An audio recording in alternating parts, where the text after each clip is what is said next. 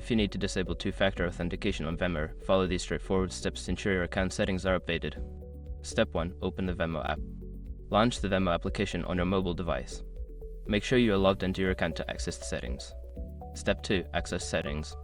Tap on the menu icon, usually represented by 3 horizontal lines or your profile picture, located in the upper left or right corner of the screen. From the menu, select Settings. Step 3. Navigate to Security.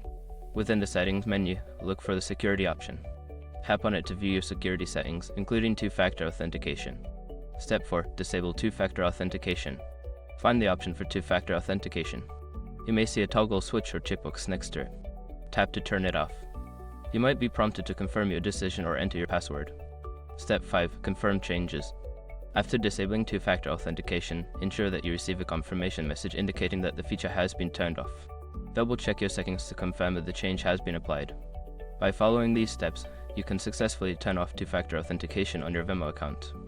Always remember to keep your account secure with strong passwords and other security measures.